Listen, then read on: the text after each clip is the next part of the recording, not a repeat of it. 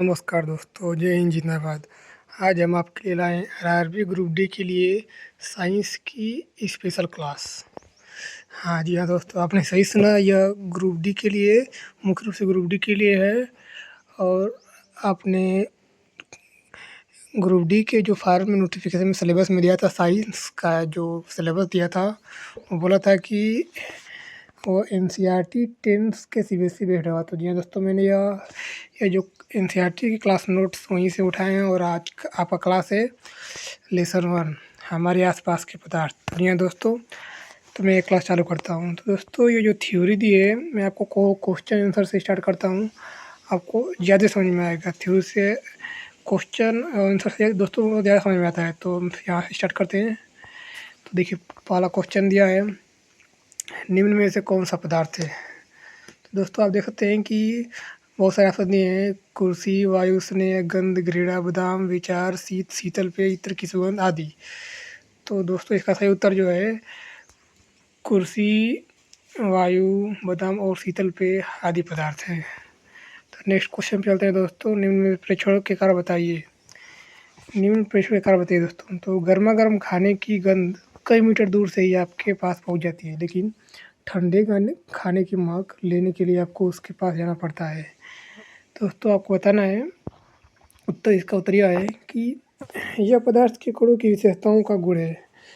जो तापमान बढ़ने से इनके कणों की गतिज ऊर्जा बढ़ जाती है, और ये कण गतिज ऊर्जा बढ़ाने के साथ इनके बीच की दूरी अर्थात कणों के रिक्त स्थान बढ़ जाते हैं और फैलने लगते हैं। यही कारण है कि गर्म गर्म खाने की महक ठंडे की अपेक्षा में तेज़ी से हमारे पास पहुँच जाती है दोस्तों। तो नेक्स्ट क्वेश्चन चलते हैं। क्वेश्चन नंबर 3 है, स्विमिंग पूल में गोताखोर पानी काट पाता है, इसे पदार्थ का कौन सा गुण प्रसिद्ध होता है। तो दोस्तों इसका उत्तर है, यह क्रियाकलाप यह दर्शाता है कि पदार्थ के कणों के बीच रिक्त स्थान होता है। यह पदार्थ के कणों के बीच रिक्त स्थान नहीं होना होता तो गोताखोर पानी नहीं काट पाता। तो नेक्स्ट क्वेश्चन चलते हैं दोस्तों। पदार्थ के कणों की विशेषता क्या बता होती है। पदार्थ के कणों की क्या विशेषताएं होती हैं। तो उत्तर है, पदार्थ के कणों की निम्न विशेषताएं होती हैं। पदार्थ के कणों के बीच रिक्त स्थान होता है। पदार्थ के कण निरंतर गतिशील होते हैं। पदार्थ के कण एक दूसरे को आकर्षित करते हैं। पेज नंबर 6 पर क्वेश्चन आंसर चालू हुआ है दोस्तों।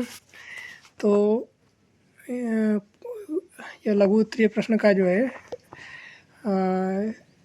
बहुविकल्पी प्रश्न का जो दिया है दोस्तों, कि क्वेश्चन नंबर 1 जो दिया है, किसी तत्व के द्रव्यमान प्रति इकाई आयतन को घनत्व कहते हैं। तो घनत्व बराबर होता है दोस्तों द्रव्यमान बटे आयतन। बढ़ते हुए घनत्व के क्रम में निम्नलिखित को व्यवस्थित करें दोस्तों।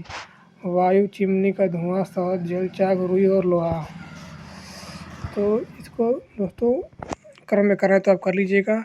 और अतिरिक्त प्रश्न तो देखते हैं दोस्तों, विसरण किसे कहते हैं। तो इसका उत्तर दोस्तों, दो विभिन्न पदार्थों के कणों का स्वतः ही मिलना विसरण कहलाता है। गलनांक किसे कहते हैं। गलनांक वह ताप जिस पर कोई पदार्थ गलना शुरू कर देता है, तो वह ताप उस पदार्थ का गलनांक कहलाता है। क्वथनांक किसे कहते हैं। वह ताप जिस पर कोई पदार्थ उबलना शुरू देता है उसे क्वथनांक कहते हैं। शुष्क बर्फ किसे कहते हैं। ठोस कार्बन डाइऑक्साइड को शुष्क बर्फ कहते हैं। जी हाँ दोस्तों, पेपर में कई बार आ चुका है, शुष्क बर्फ किसे कहते हैं। तो ठोस कार्बन डाइऑक्साइड को शुष्क बर्फ कहते हैं।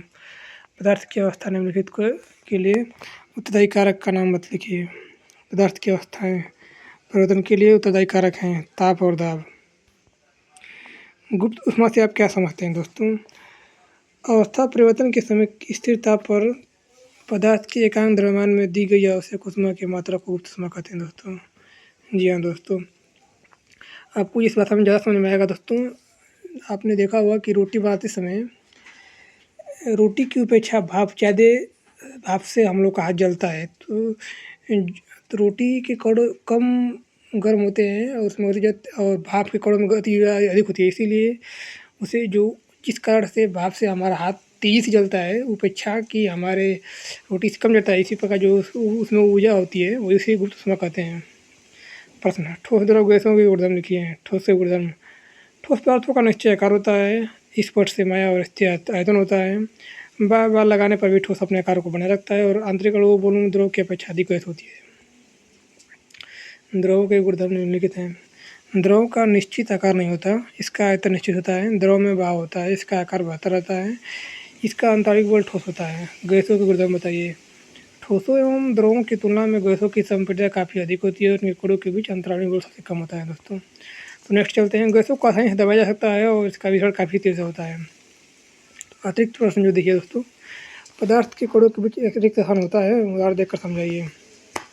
जी हाँ दोस्तों, जब हम एक बीकर में पानी रखते हैं तो उसमें देखते हैं पोटेशियम परमानेंट या कुछ कणु डालते हैं तो कुछ देर बाद हम देखते हैं कि पोटेशियम परमानेंट ये पूरे बीकर में फैल जाता है, अर्थात पोटेशियम परमानेंट का आकार प्रत्येक कण जल के प्रत्येक कणु में मिल जाता है। यही जिससे पता चलता है कि पदार्थ के कणों के बीच स्थान होता है।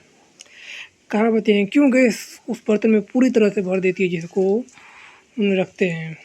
द्रवों की तुलना में गैसों की संपीड़न अधिक होती है, जिससे जिस बर्तन में डालना जाता है तेजी से उसका स्थान भरा लेते हैं।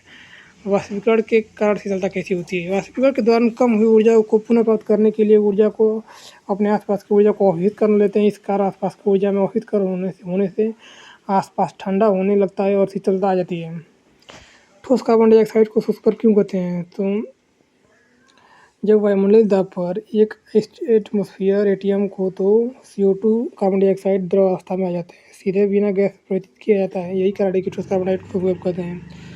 ऊर्ध्वपातन किसे कहते हैं। ठोस अवस्था में परिवर्तन हुए भी द्रव अवस्था में परिवर्तन हुए बिना ठोस अवस्था में सीधे वापस बदलने की प्रक्रिया को ऊर्ध्वपातन कहते हैं। वाष्पीकरण को प्रभावित करने वाले कारक कौन कौन से हैं। दोस्तों, वाष्पीकरण के प्रभावित करने वाले निम्न प्रकार से हैं। सतह क्षेत्र बढ़ने पर, तापमान में वृद्धि पर, आर्द्रता में कमी पर और वायु की गति में वृद्धि पर। और दोस्तों ये बहुत से कारक हैं, आप इसको पढ़ लीजिएगा एक बार। प्लाज्मा क्या है। प्लाज्मा पदार्थ का चौथी अवस्था या नियान बल्ब के अंदर नियान गैस के फोल्सेट ट्यूब के अंदर हीलियम या कोई अन्य गैस होती है। विद्युत ऊर्जा प्रभावित होने से गैस आने की यानी अवशोषित रहती है। आवेशित होने से ट्यूब या बल्ब के अंदर चमकीला पदार्थ तैयार हो जाता है, जिसे प्लाज्मा कहते हैं। दोस्तों, गुप्त ऊष्मा में आपको बता चुका है, तो इसलिए आगे क्लास चलते हैं। संलग्न की प्रस्तुत ऊष्मा किसे कहते हैं। वायुमंडलीय दाब पर 1 kg ठोस को उसके संलग्न द्रव पर बदलने की जितनी ऊष्मा की आवश्यकता होती है उसे संलग्न की प्रसुप्त ऊष्मा कहते हैं। वाष्पीकरण की गुप्त ऊष्मा और उससे क्या समझते हैं। दोस्तों, वायुमंडल दाब पर 1 kg द्रव को उससे क्वथनांक पर गैसीय अवस्था में परिवर्तन करने के लिए जितनी गैस की ऊर्जा की आवश्यकता होती है उसे वाष्पीकरण की ऊष्मा कहते हैं। संघनन क्या है दोस्तों। प्रश्न है संघनन क्या है। तो वह प्रक्रिया जिसमें गैस संघनित होकर ठंडा द्रव में परिवर्तित हो जाता है उसे संघनन कहते हैं। 100 डिग्री सेल्सियस ताप पर भाप अर्थात वाष्प के कणों में उसके तापमान पर पानी के कणों की अपेक्षा अधिक ऊर्जा होती है। ऐसा इसलिए होता है क्योंकि भाप के कणों में वाष्पीकरण की गुप्त ऊष्मा के रूप में अतिरिक्त ऊर्जा अवशोषित कर लेता है, जिससे वही उस तापमान पर पानी के कणों अधिक ऊष्मा होती है। गलनांक और क्वथनांक मतलब चाहिए। दोस्तों, गलनांक क्वथनांक आप जानते होंगे, तो इसको मैं आगे चलता हूँ। 3 ऊर्ध्वपातित होने वाले पदार्थ का नाम है दोस्तों। कपूर, नेपथलीन, नवसाधन और रोमेनियम। तो दोस्तों ये रहा आज का PDF। दोस्तों, यह NCERT की क्लास नोट है। यदि आप बुक पढ़ने जाएंगे तो उसमें बहुत सारी एक्स्ट्रा चीज़ें दी हुई हैं जिससे एग्ज़ाम से कोई लेना देना नहीं है। और मैं आपको बता दूं कि आप यदि इसको एक बार दोहरा लें अच्छे से तो इससे एक भी क्वेश्चन बाहर नहीं जाएगा दोस्तों। हाँ जी हाँ दोस्तों, मैं डेली एक क्लास आपके लिए लाता रहूँगा और आप इसको अच्छे से पढ़ते रहिएगा। यही आपके ग्रुप D के लिए मुख्य रूप से यही आएगा। और दोस्तों, यदि आप इसको अच्छी तरह से पढ़ लेते दोस्तों, मैं 100% गारंटी देता हूँ कि यहीं से क्वेश्चन उठ कर आते हैं।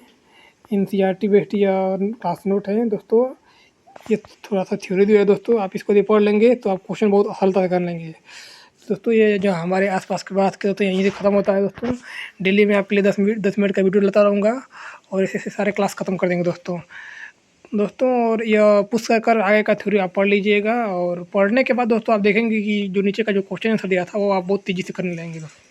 तो जी हाँ दोस्तों, हम चलते हैं अगले वीडियो में। और ऐसे वीडियो पाने के लिए हमारे साथ जुड़े रहें। और दोस्तों कमेंट में ज़रूर बताएं कि आपको वीडियो कैसा लगा। तो धन्यवाद दोस्तों, मिलते हैं नेक्स्ट वीडियो में। जय हिंद, जय भारत।